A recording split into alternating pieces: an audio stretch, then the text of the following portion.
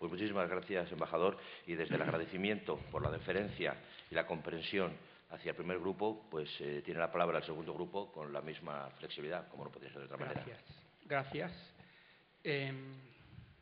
Yo creo que en primer lugar agradezco al moderador por el recuerdo de Pablo Domínguez y Sara de Jesús. Son ellos los padres de estos debates. Y, embajador, a mí también me gustaría que en otras universidades católicas se discutiera así y de este tema, pero en otras universidades que no son católicas también, que nos invitaran con la misma libertad y equidad, porque este tema es de una trascendencia intelectual propia de cualquier universidad en cualquier lugar del mundo, ¿no? Entonces, ojalá fuera una primera piedrita para muchos, ¿no? Un rosario que siguiera después. Bien, nuestra tesis va a ser expuesta en dos momentos. Yo los trazos gruesos, para que quede claro, y el profesor Antuñano, que es el que sabe mucho de esto, los trazos finos y los importantes. ¿Nuestra tesis cuál es? Hay dos hechos irrefutables que están ahí. Un movimiento histórico, el cristianismo, que empezó bajo Tiberio y Pilato, que llega hasta hoy y que se reconoce a sí mismo como puesto en marcha por Jesús de Nazaret. Y otro hecho, unos textos que, como bien ha quedado demostrado, han sido estudiados y contrastados como ningún otro texto en la historia, que es el Nuevo Testamento. Estos hechos dan cuenta de cómo surgió el cristianismo e interpretan el significado de esos hechos de surgimiento del cristianismo, que es la vida de Jesús de Nazaret, como es un hombre y al mismo tiempo Dios con nosotros.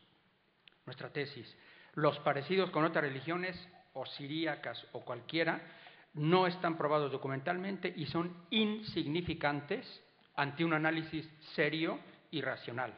El meollo de nuestra cuestión, como bien han dicho, no es la existencia de Jesús de Nazaret, sino su pretensión, él, de ser él mismo el Salvador de todos los aquí presentes.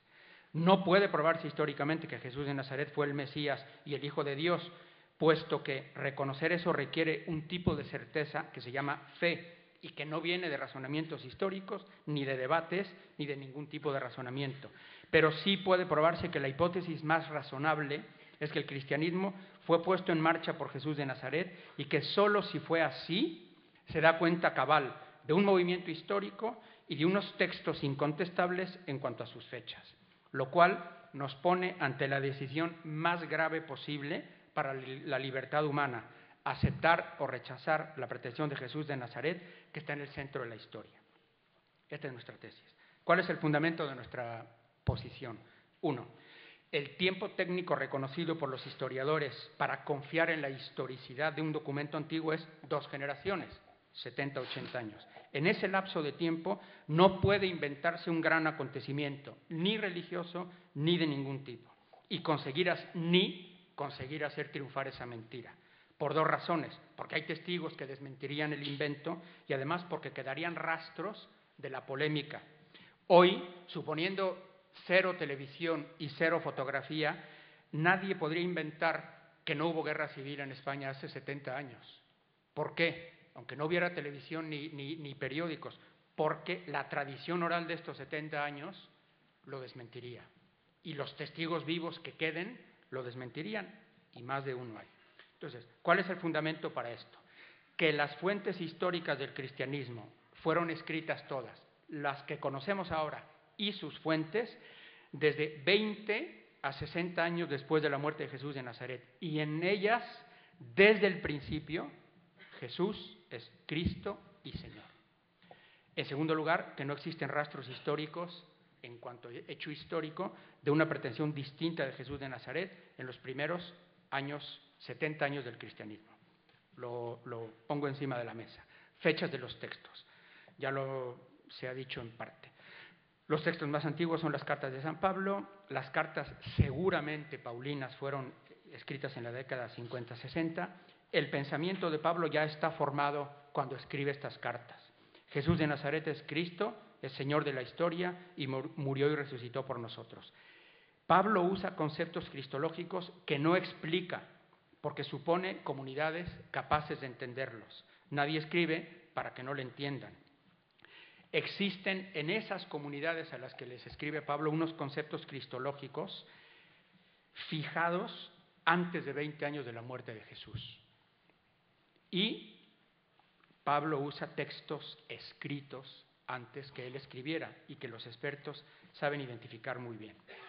Las cartas de Pablo y sus fuentes hablan de un Jesús que es Cristo y Señor solo 10, 20 años desde que murió Jesús, y muchos que conocieron los hechos, o sea, la pretensión de Jesús, con odio o con admiración, están por ahí para hacer imposible que la mentira se instale.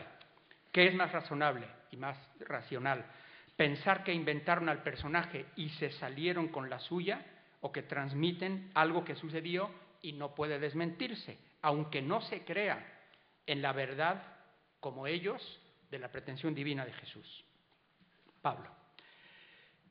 Los evangelios, pues la opinión unánime es que los sinópticos fueron escritos en torno al año 70 y Juan en torno al año 90, ya se ha dicho.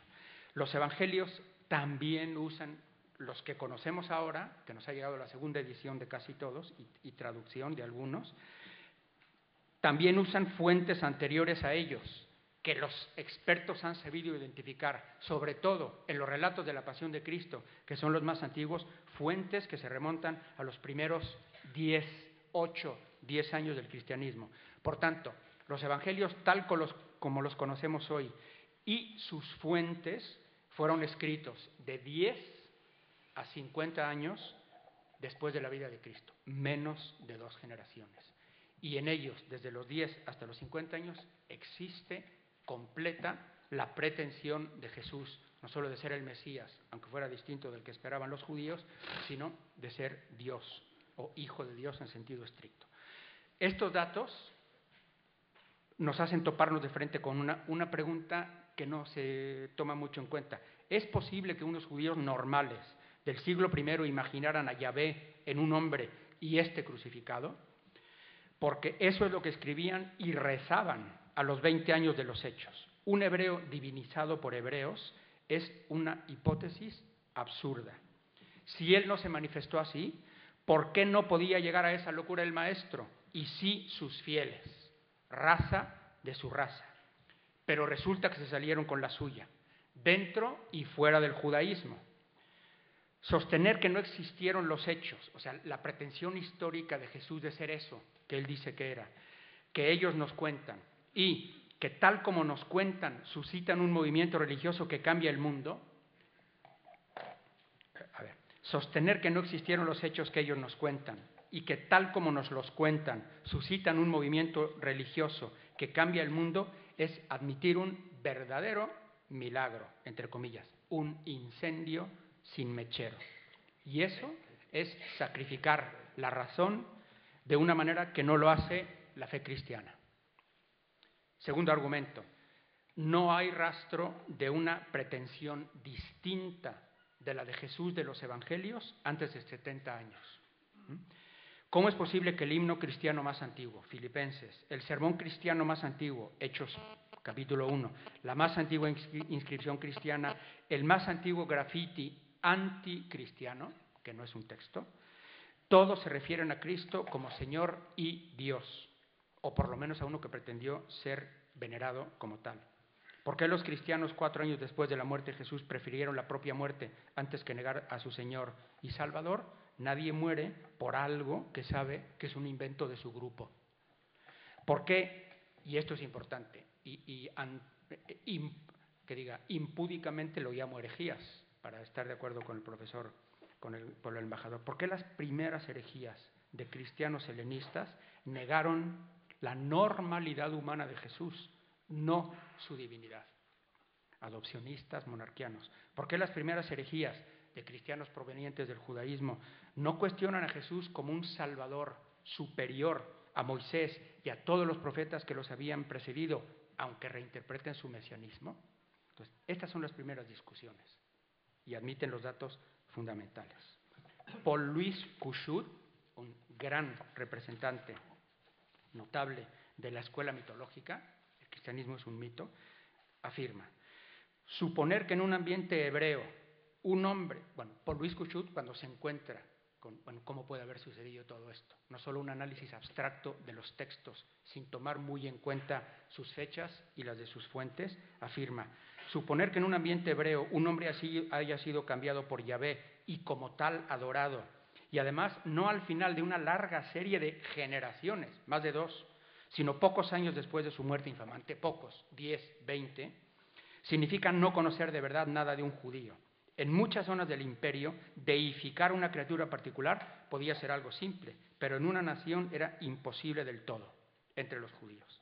Ellos adoraban a Yahvé, el único Dios, el Dios trascendente, del cual no se representaba su figura, ni siquiera se podía pronunciar su nombre. Asociar a Yahvé a un hombre, a quien quiera que fuese, era el máximo sacrilegio, la abominación suprema. Y se salieron con la suya. Este último es mío, no es de Kushut. Continuó con Kushut, que creía que el cristianismo era un mito, pero no se lo podía explicar. Aquí nos encontramos fuera de los caminos de la historia. Estas cosas no pasan en la historia. Faltan analogías, lo dice él. El cristianismo es o un increíble absurdo o el más atrevido de todos los milagros. El cristianismo se levanta como un hecho inexplicable. ¿Cómo se ha mutado el oscuro maestro, rabino, en hijo de Dios? Objeto inagotable del culto y de la teología cristianas. Y Kushut dice, y el primer cristiano del que escuchamos su voz, Pablo, un hebreo hijo de hebreos, uniría un hombre a Yahvé del modo más natural. Este es el milagro ante el cual me revuelvo. Con lo cual, si alguien negó o reinterpretó la pretensión de Jesús, fue después de 2 generaciones. Como prueba, las fechas de los hechos citados. Insistimos en la historicidad de los evangelios y de sus fuentes, pero sabemos que no son historia en el sentido moderno, que no son una biografía, como se insistiría hoy, para no caer en ese fundamentalismo histórico que bien ha criticado, no recuerdo quién de nuestros oponentes, creo que el profesor Teja. Bien, conclusión. David Strauss, uno de los fundadores, de los padres de la teoría del mito cristiano, pensando con toda la escuela de Tubinga de su época, que los evangelios habían sido escritos en la primera mitad del siglo II, dice, la historia evangélica sería inatacable si se probase que había sido escrita por testigos oculares o por lo menos por autores cercanos a los sucesos, 2 generaciones. Y tenía razón, porque se daba cuenta de que no puede inventarse exitosamente un hecho religioso de esta magnitud antes de 80 o 100 años del pretendido suceso. Tenemos evidencias históricas de la vida del cristianismo, de los hechos que sucedían, de su piedad. Y a muy pocos años de la muerte de Jesús y de sus textos, tenemos evidencias históricas de la vida del cristianismo a muy pocos años de la muerte de Jesús, 10, 20, y no hay rastro de un Jesús no tenido de alguna forma como hijo de Dios en los primeros 70 años de cristianismo. Solo un acontecimiento religioso de primer orden da razón de un movimiento como el cristianismo y de unos textos que están ahí testarudos por sus fechas, dando razón de los acontecimientos.